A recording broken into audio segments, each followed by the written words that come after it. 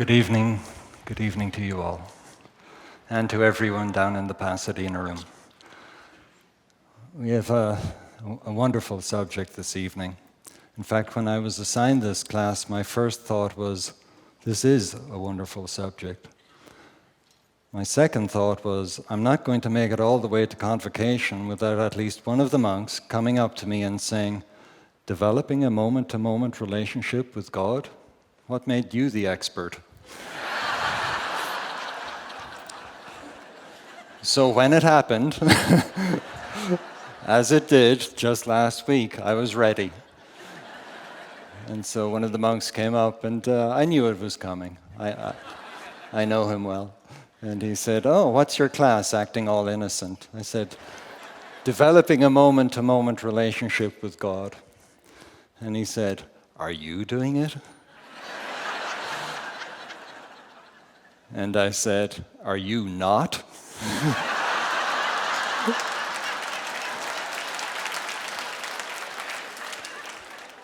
Because everyone here, every seat that's occupied, anyone that's standing here, if you're down in the Pasadena room, any seat that's occupied down there, we all want this. We all want this. It's why we took up meditation, not only so that we could have good experiences in meditation, feeling God's presence and awareness and love, but that we could feel it during the day too.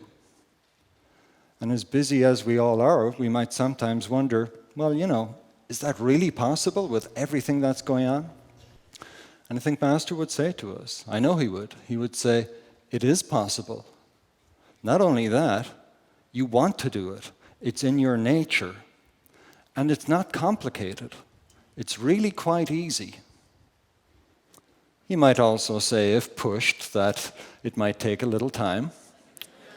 But he'd also tell us, you'll have fun doing it. I was in India a few years ago for the YSS centenary celebrations. And I was staying at our Noida ashram near Delhi. And one of the YSS monks said, would you like to visit the Lakshmi Narayan temple in Delhi? And I said, yes, I'd love to visit. He said, Brother Nandamoy had been there at one point and had had a very profound experience in front of the Krishna statue there. So in my mind, I was thinking this temple, I'd go in and there'd be a statue of Krishna. But when I got there, the very first statue I saw was of Shiva and Parvati. Now, I was not prepared for this, and I don't usually think of Shiva and Parvati as part of, how I practice the presence. But all the devotees there were prostrating fully in front of the statue. And I was a little bit out of the ordinary, and so I was already starting to feel some of the devotees there looking at me, and I thought, I just can't bow down in front of this statue if I don't feel it. I mean, that would be phony. And of course, right away I could remember Master going to Tarakeshwar, and Master refused. Let's not say refused. He didn't bow in front of the round stone there, the symbol of the infinite, because as he said, at the time I had this austere mood that God should be sought only in the soul. So all these thoughts were going around my mind. I mean, this was all happening very, very quickly. And I thought, well, I'd better get a hold of my issues really fast. And so, of course, I thought, well, Shiva and Parvati, they're just manifestations of God. And I right away bowed down completely. It was an incredible feeling. And I got up and I just felt somehow cleansed or almost absolved. And the YSS monk that was with me said, were you thinking of Master at Tarakeshwar? And I said, yeah, that and a few other things as well. I thought about this episode for a long time afterwards, and I won't explain why just yet, but I think for me it had all the elements that made it such a special experience.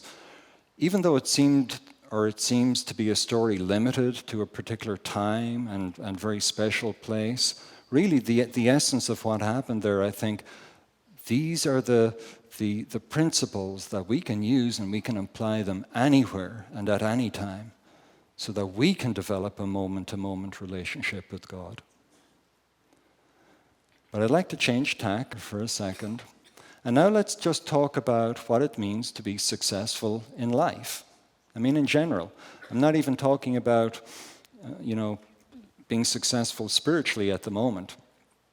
And this is a true story. And a well-known journalist, he was on a flight going from Los Angeles to Washington, D.C.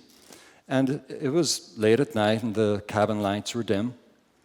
And at one point he could hear this elderly woman behind him saying, "It's not true that your life is meaningless," something like this. And he was surprised that this journalist who was in front of that elderly woman could hear that. He thought, well, that's an interesting thing for somebody to be saying. And then he heard this elderly man, who he assumed to be the husband, say, "I wish I was dead." And the woman said, "Oh, stop saying that." At the end of the flight, the lights were switched back on and everybody was getting up, and this journalist was very surprised to see that this man was a very famous man, well known, and much admired in the country for his patriotism and heroism and courage many decades back now. And other passengers recognized him as well, and they thanked him for his service to the country and said how much he had inspired them when they were growing up. And the journalist could see that this man's mood was being lifted by being reminded of how much he had given, how much he had served, but some decades ago now. Now, if you're like me, you're probably all wondering, who is this famous man? And that is what most people ask when they hear this story.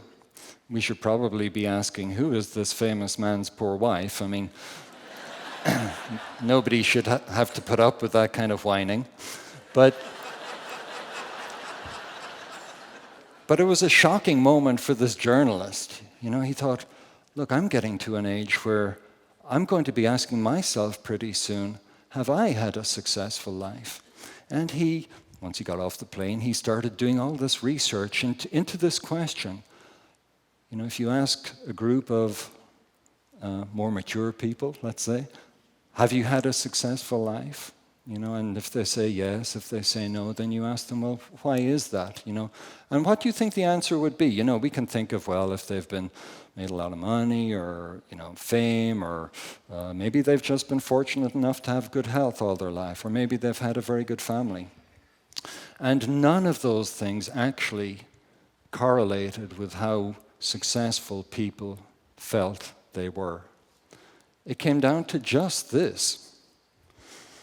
And as people get over the age of 75, apparently more and more people get more and more unhappy, even depression, particularly for men. And it came down to this.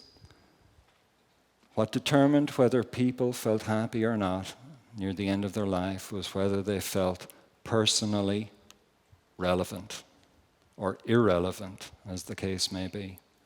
And again, this has nothing to do with spirituality yet, not really, but it seems that as human beings, we need to serve. We need to feel that whatever it is we have that we're giving of ourselves, whether it's our material resources, maybe even just our kindness, our time, whatever it is, we want to be serving. We want to feel relevant in that way. And it's not enough that we did this decades ago. We want to be doing it here and now. And this is really great news, because if we are to make our lives a success, then we have to find a way to serve, even as many of you are doing here all week long, to offer something of ourselves to some greater good or purpose. Let's switch tack yet again. Okay, raise your hand if you have not had a very busy year. Okay, that's no one. I'll have to find another question if I want more congregate participation or interactivity with the congregation. But everybody's busy these days, aren't we? Perhaps more than ever, although I remember when I was still in school a little more than 10 years ago now, reading an article in Time magazine. Busy, question mark, you're not alone. So this is really nothing new. And, in Self-Realization Fellowship and Yoga Satsanga Society, we've all been very busy the last few years just bringing out the new lessons to the world for you all and for the world. And I don't know if you've ever had this thought when you're in a very busy period and it looks like it's going to go on for a little time, but that you think, I don't know when I'm going to get a day off necessarily, or let alone a retreat, or I don't know where I can go that my cell phone won't ring and just somebody needs something right then and there. So if that's the case, I'd better find God in the here and now. And when I had that thought once, it surprised me. Not because it's not true. Of course we have to find God in the here and now. God is omnipresent. He's here now. But that I had that thought. That's what was surprising to me. It was subconscious, and I didn't realize it, that somehow my mind was making excuses. I'm busy now, but this evening I'll have time for a longer meditation, or I'll be able to go on retreat, or whatever it is. And I thought, that's what the mind and Maya does. It makes us think that there'll be another time or another place where we can really make spiritual progress. And when we're very busy, we might realize, who knows when this time will end? I'd better find God in the here and now. And so that's really the good news. I thought I would define karma yoga this way. You won't find it in any of the scriptures, but it's like karma yoga is that yoga where God makes you so busy that you realize that if you're going to find Him, it has to be here and now. And that's the good news. But still we're left with the question, how can I have that moment-to-moment relationship with God, even during those times when I just feel submerged under my duties and responsibilities? Let's summarize first where we've come so far. We have a realization that there's no time like the present, or should I say there is no time, only the present.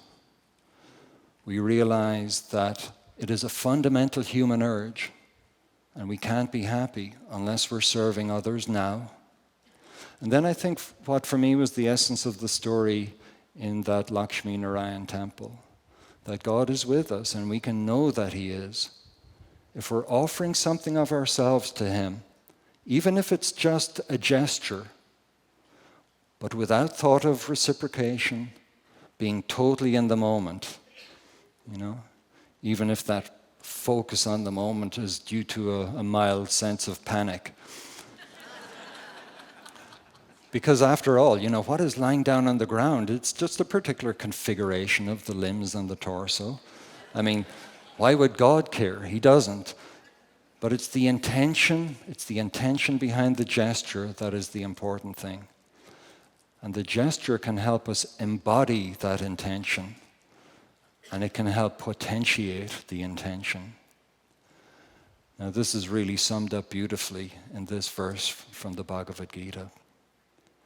Krishna tells Arjuna, the reverent presentation to me of a leaf, a fruit, a flower, or water, given with pure intent, is a devotional offering acceptable in my sight. And Master, commenting on this, says, this stanza means that man's most fleeting thought and most trifling action may be used as stepping stones to his presence.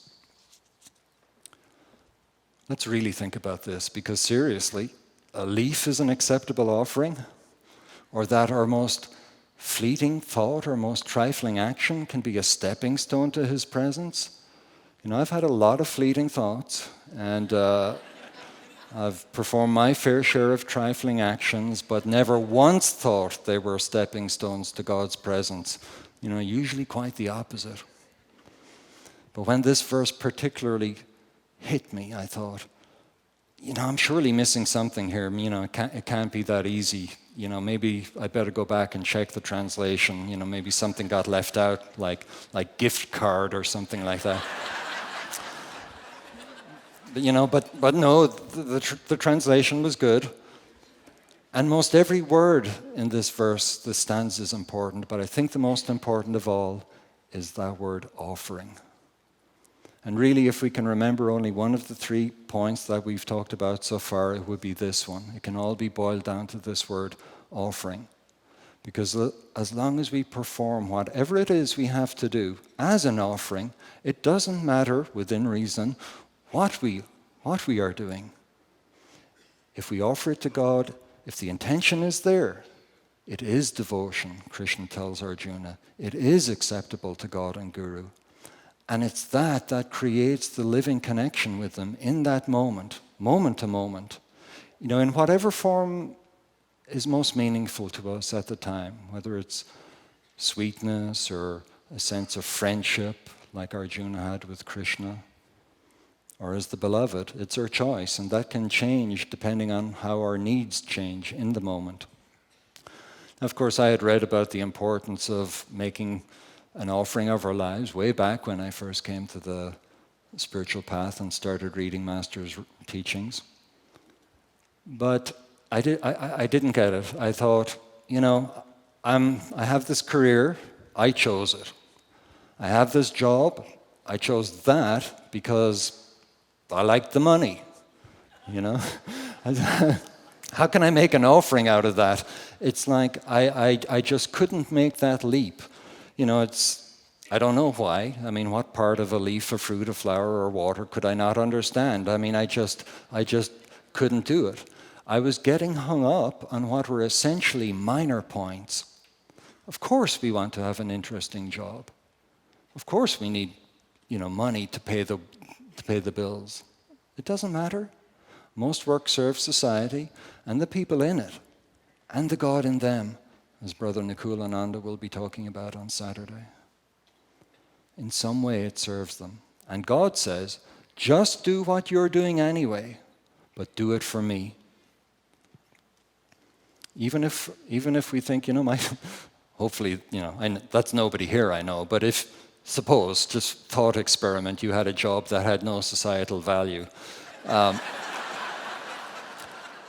You could still say, this is still an offering. It's more important than a leaf, at least. And we've already established that a leaf is good enough if the intention is there. And, it might be a karmic phase we're going through. So, we'll get through that. And we'll have a more meaningful job later on. Pure thought experiment. We just have to choose that it be so. And it is so. It's always our choice. And then all we have to do is make that spirit of offering our habitual mode of being in daily life. One of the incredible benefits of doing so is that when we do this, then when we sit for meditation in the evening, our minds are right there. When Sri Dayamata was asked by people, it's like, when I sit to meditate in the evening, my mind is restless. She said, I know, and Master taught us that if we want our minds to go deep in God, when we sit to meditate, we must make the effort to spiritualize our thoughts during the day. Spiritualize our thoughts. What does it mean? Ma doesn't say, make sure at least some of your thoughts are spiritual. I don't know. I think she means all of them. Yeah, I know. It doesn't sound possible at first glance.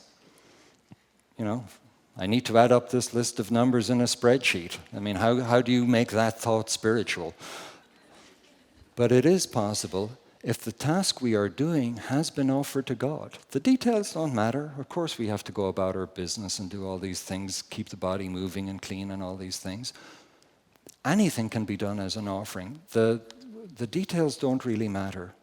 And this is how we spiritualize our thoughts every day. So we can start each day by affirming, I do this for you. And then we just keep on affirming it until we feel it and we really know it.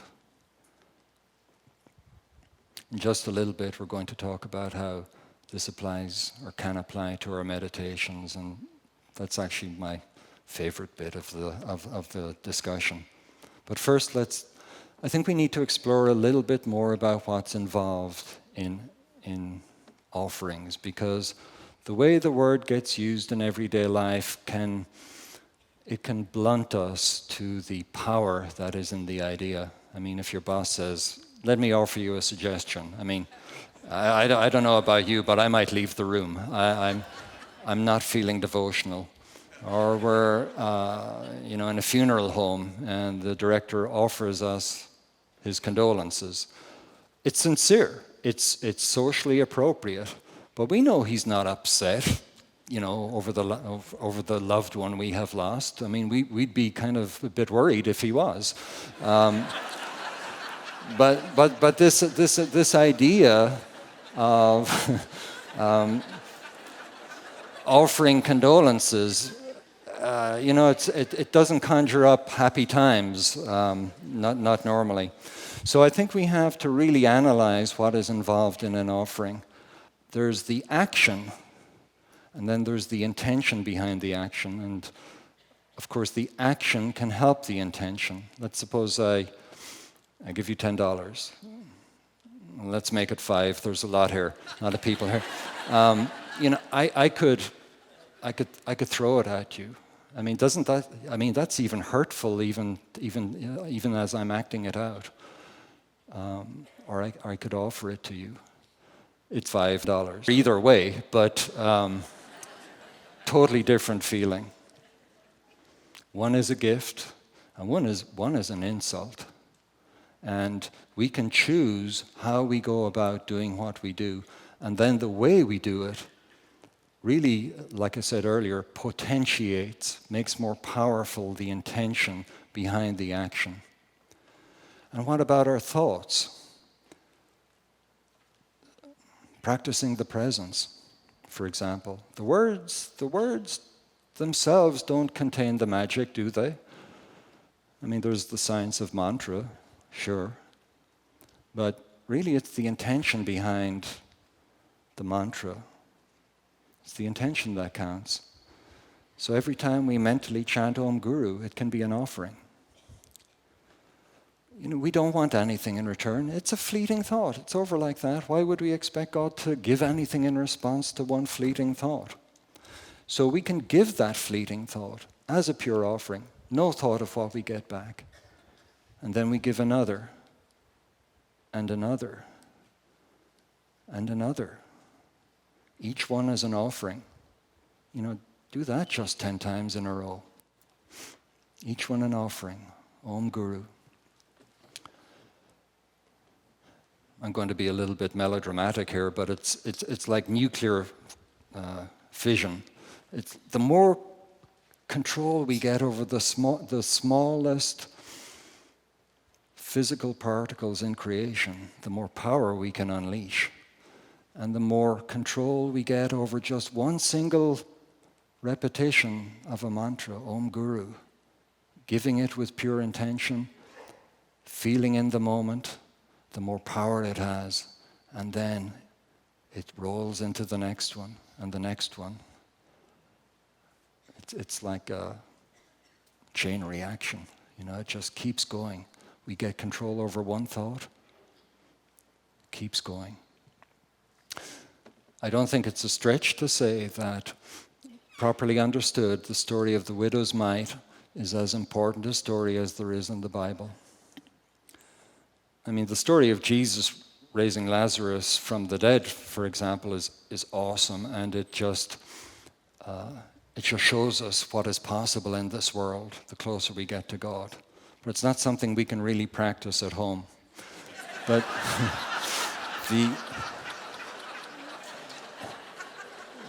the story of the widow's mite, we can all do that. We can all do that, and it's powerful. It's powerful. So now let's talk about how to practice this in our meditations. I think when I first read the autobiography and took the lessons, I wasn't able to grasp the importance of making our meditations an offering. I was so captivated by the thought of what meditation could give me, that I could just not focus on the basic point that, as St. Francis said, it's in giving that we receive. And we all know that one of the secrets of meditation is to not seek the fruits of our actions. It's a huge discussion in the final chapter of the Gita. But when we try to make every moment of our meditations an offering, then automatically we are meditating without desire for the fruit of results. We don't have to worry about it. Every meditation is a good one because every meditation is an offering. How can it not be good? It's an offering, given with pure intent, as Krishna says. But how do we implement it in practice? You know, obviously, it's not like we have to be thinking every moment, this is an offering, this is an offering, that's not meditation, obviously. What it really just takes is intention, again, and attention. And we start the meditation with the intention that every second will be an offering, and being honest with ourselves. Look, we tell ourselves, if my mind is wandering, it's not an offering. Don't kid yourself. That's what I told myself. So depending on how long we've been on the path, we might need to approach this in different ways. Suppose, for example, we've been on the path for some time, and our intensity or focus in meditation is not what we would like it to be, and we think, I've got to do better here. For me, at one point, I decided that what I would do is set aside particular periods in my meditations, and they were short periods where I would say, okay, for these next few minutes, could be 2 minutes, 3 minutes, every breath is going to be an offering. If a leaf is good enough for God, so is a breath in Hong So. And I started with short periods because I found that helped me focus the mind. And I was strict.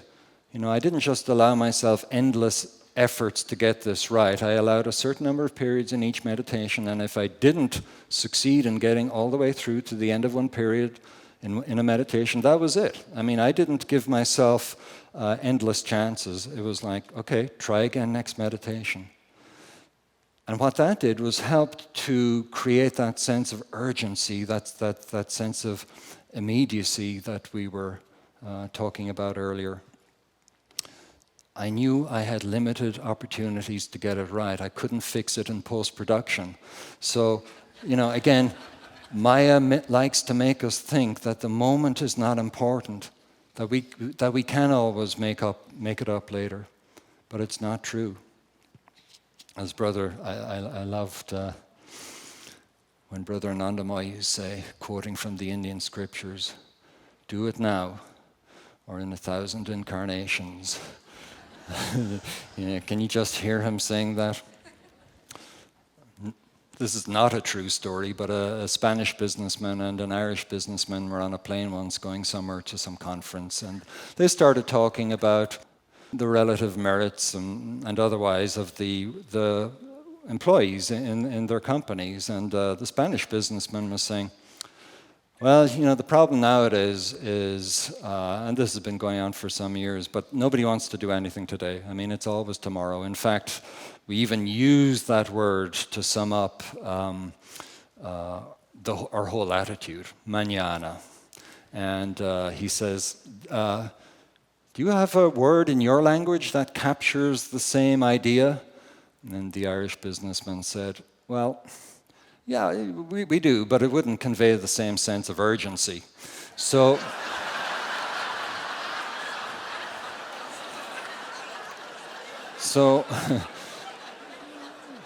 we want in our meditations to have not tension, but that sense of urgency and creating little periods where we have just a little time to get it right. That was very powerful in helping create that sense of urgency. Very powerful. And the amazing thing was that every failure, if you want to call it that, just left me looking forward to the next time that I could try again. And then that desire, it stayed with me through the day. It's like, I'm going to do better this evening. And it reinforced my efforts to make the day an offering as well. It's like in sports, such as hockey and cricket. You have short periods where the rules change so that it's easier to score. It's more exciting for the crowd, And although I'm not recommending you use the term power play in your meditation journal, I do think these periods of full devotional intentionality make for a more exciting meditation for God. It's like, oh, this is where this is good. And it certainly reduces the length of the periods of garbage time. Not that any of us have those periods in our meditations. But every hong, every saw is an offering. Every om is an offering. This is, Master said we chant with devotion. It was when I understood that, that means it's an offering. That's when I understood that finally. Every kriya, an offering. That's right there in the Gita too. Krishna says, other devotees offer as sacrifice the incoming breath of prana and the outgoing breath of apana, and the outgoing breath of apana and the incoming breath of prana. What does that mean on a physiological level? Nothing I could figure out. But the meaning is so obvious when we understand that all meditation, not just kriya, is an offering. Even the act of lifting our eyes to the Christ center can be an offering. It is an offering, a devotional offering. It's not just something we do with our eyes. It's a gesture like the full prostration. It's a devotional act. Try thinking of it this way if it's something where you're having some difficulty with remembering to keep your eyes up. The idea that it's a devotional offering and the idea that you're doing it in the now and the present helps focus you, helps focus us. I think there are probably three groups in the hall right now. One group is thinking, this is really not that complicated. Brother Bhaktananda made practicing the presence so simple. I chanted Om Guru for 4 months. Well, Brother Bhaktananda was a saint, just like God. He was simple because he didn't have the kinds of things that many of us have. I'm more complicated, and that is not a compliment. It's like I have to understand why things don't work for me the way they work for somebody like a Brother Bhaktananda. It's like, what is it that I am doing or not doing that I'm not really conscious of that is really holding me back and not giving me the same results? And there's a second group here that's probably thinking, okay, this makes sense. And there's a third group that's asking, and no less advanced than any other group, don't get me wrong, but how do you do it? And I'd say it's the same way we learn to do anything. Write down what you want to do, practice meditation as an offering, living in the moment, asking nothing in response. And just keep a record of how you're progressing. It's the same way we learn to ride a bike or anything.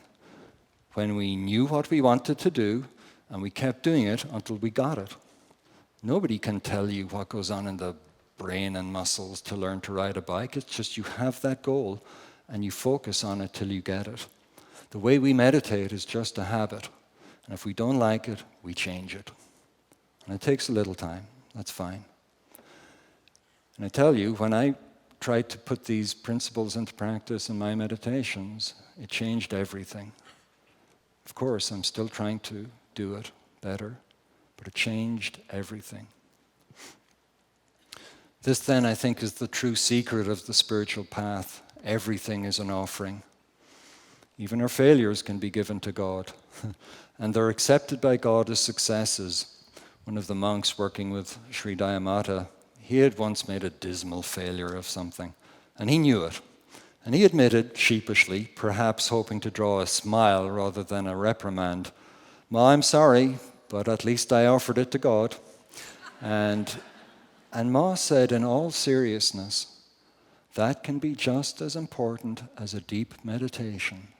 Think about that. She knew he was trying to get away with it, but she took the opportunity to make a deeper point. You'll remember the levitating saint in the autobiography of a yogi. To this day in his ashram, There's a sign hanging there. I saw it when I was there 2 years ago. Life is an offering to the divine. Life is an offering to the divine. And the Gita, of course, has a word for this incredibly important concept, yajna. It's not just a practice or a concept. It's an all-encompassing philosophy of life. All-encompassing philosophy of life. Krishna tells Arjuna, worldly people are karmically bound by activities that differ from those performed as yajna. O Arjuna, labor thou, non-attached, in the spirit of yajna, offering actions as oblations.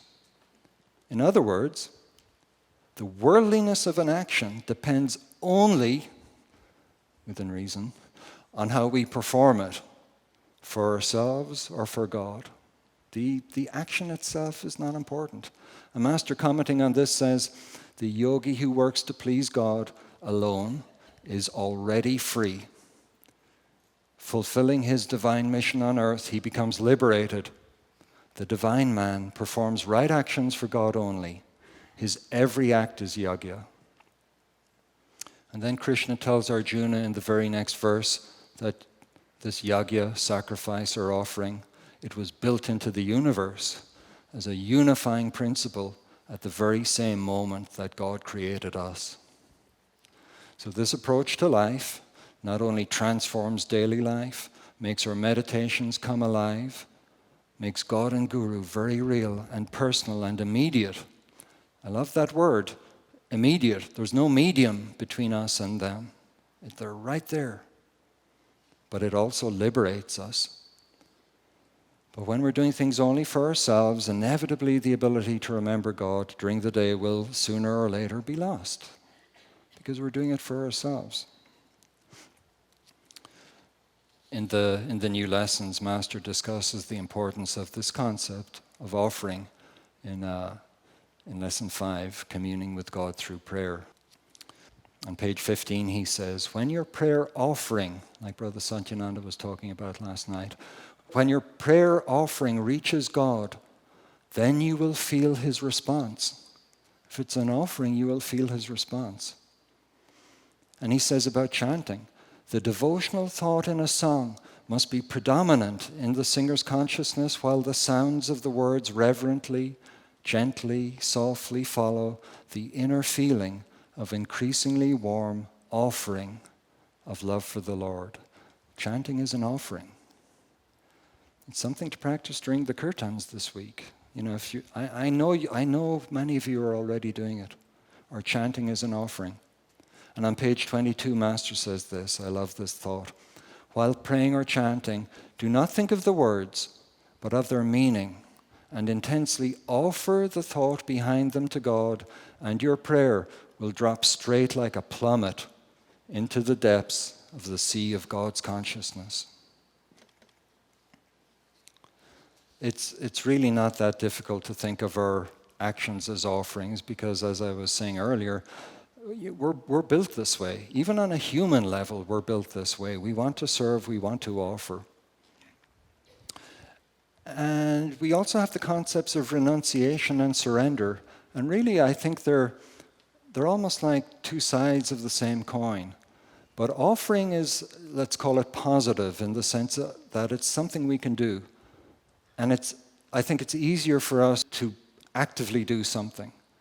It's somehow not so easy to not do something, to renounce something, to surrender something. It's difficult to understand. I mean, yeah, sure, we get it from time to time, but it's somehow more difficult. But the act of offering has within it this idea of sacrifice, this idea of renunciation. We are giving up something of ourselves if we are giving it to others. But in offering, we're focused on that, the positive aspect of that. As Master said in the Divine Romance, there's no way to find God's love other than to surrender to Him, master your mind so that you may offer it to Him. They're linked.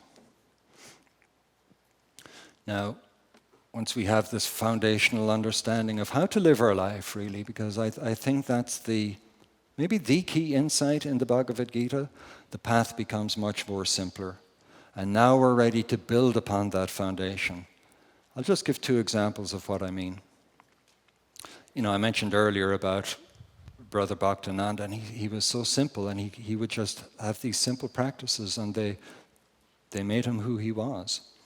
And reading that, I would think, oh, gosh, as Brother Jayananda was saying on Sunday night, kneel into the practice of the presence. And I thought, I remember trying that, and I just kind of got wound up even more. But because I'm more of a, intense person by nature, I guess, that's not difficult for me. But I didn't have that balancing factor of doing it as an offering. But if you get that, but that has to be the foundation. If you have that sense, that spirit as the foundation, and then you add on top of it the intensity, that's when the intensity really works. A second example of how to build on the foundation of yajna. We can use the power of our imagination to make what we offer come alive even more and become even more powerful. One of the devotees attending convocation a few years ago told this story, Brother Paramananda, this great story. He was, perhaps still is, a taxi driver in New York City, and he said, "Brother, let me tell you a story. Let me tell you a secret. Every day as I begin my shift, I open the front passenger door and I let Master in. And he stays there the whole day. And every fare I get, they don't know who I'm taking to their destination. He's not really there, but he is there because I feel him. Master never leaves the car, and at the end of the day, I leave him out. And brother, here's the thing. I never charge him. Now that's an offering, okay? Of course, Brother Paramananda said to him, "Benny," not his real name, but what happens when someone gets in the front seat? Which happens. And Benny said, then Master has to move over into the middle. And I lean on him. So this is offering compounded with this power of imagination that God has given us to make everything become so much richer. So this is how we can develop a moment-to-moment relationship with God and Guru. We do everything as an offering to them, without thought of recompense, just living in that moment. Same in our meditations. And then we don't have to worry about how God and Guru respond because we feel so good. It's if you make a gift for somebody or you prepare it, and it's something they really want. And Master said the only thing God doesn't have, and the only thing he really wants, is our love. But if we give a gift to our husband or wife or children or parents or whatever, or whoever, and it's something they really wanted, and you see how happy they are, we feel happy. Their happiness is enough. That's enough to make us feel happy. They don't have to give us anything back. And it's the same when we offer our lives and our meditations and our devotion to God. We automatically feel happy. We don't have to wait for a response. It's there because we feel it in that moment. And, again, if you're making a gift for somebody, you're not always particularly thinking of them as you're going through the motions of making that gift. But every moment is still an offering. It's still a moment-to-moment relationship with God. Yes, we have to focus on what is at hand. Roger C. Janakananda said this great saint, I can't remember exactly how he put it, but he's like, when I'm working, I'm working. But it doesn't mean that we can't have that relationship even at the same time, because Roger C. was doing everything for Guruji. I'm told some of you like to be given homework. I don't have any use for it myself, but can I offer you a suggestion? I know it's something that many of you here are already practicing this week because you've told us. Let's call it hotel work, so as not to stir up any negative associations. It's just this: to dedicate our activities and our service and our prayers and our chants and our meditations this week to God and Guru. We're already doing it. We are already doing these things as offerings. But we can become more conscious of it, that we are doing it in this way. And then you'll see, as many of you already have, just like I found, how it changes everything. So have a wonderful, blessed convocation. Jai Guru, Jai Ma.